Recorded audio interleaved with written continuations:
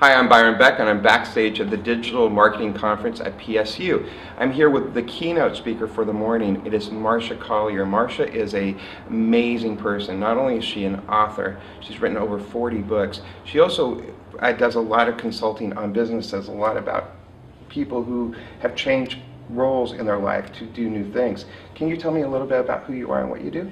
Well, you know, it's not just about, I run my own business online. I'm not just, online doing this.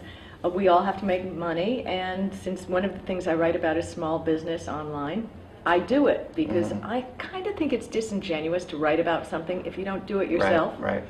So, I found that when people deal with you online, I came online in '97. Wow. I know, it was like, I wrote my first book, eBay for Dummies, and a lot of people wanted to contact me.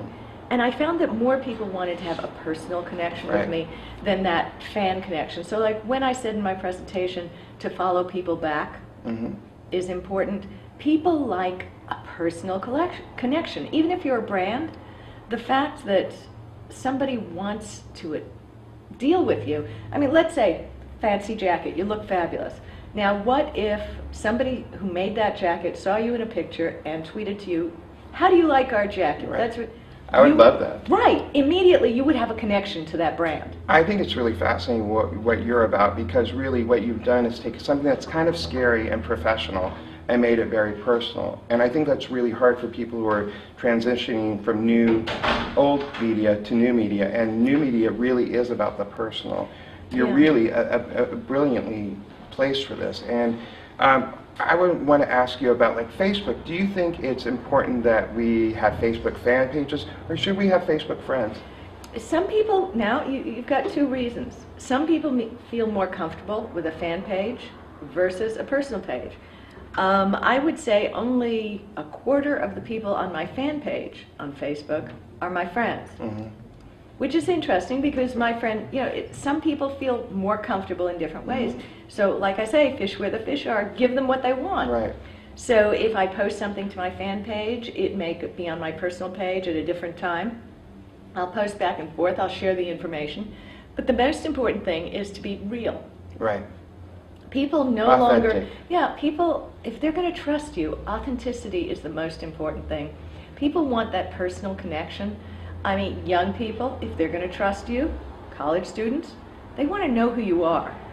And this isn't anything new. It's just we're just starting to understand this because the internet has made it more public. So it's pretty important. You're very much an early adapter, and you seem to be an early adapter to this new media. Because new media, difference from old media waited till people listened to their station or watched their TV show. New media, which seems to be about podcasting and a lot of stuff that you do, seems to be geared toward looking and seeking that audience and having an interaction. It seems like a lot of extra work. Is it worth it? It's more fulfilling. Okay. It's profitable. Okay.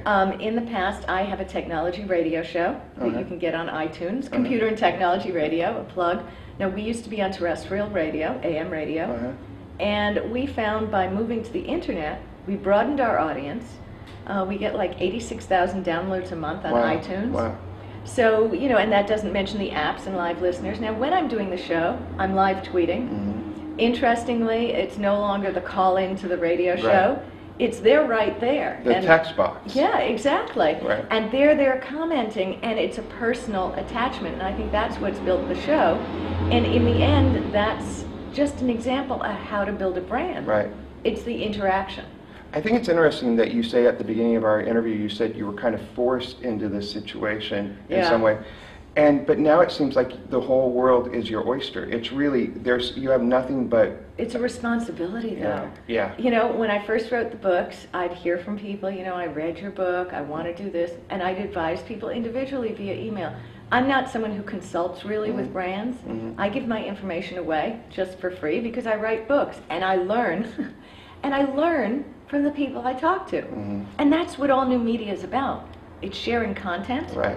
And sharing your knowledge, and the money will come. There's sponsorships, there's all kinds of things, and plus it makes your life better.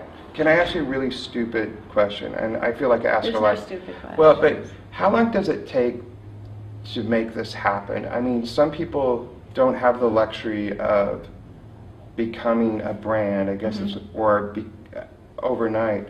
Well, it depends on what your goal is. Okay. I mean, you know, if you're a brick and mortar business, you don't have to have a bajillion followers. Right. You just need that core group of people.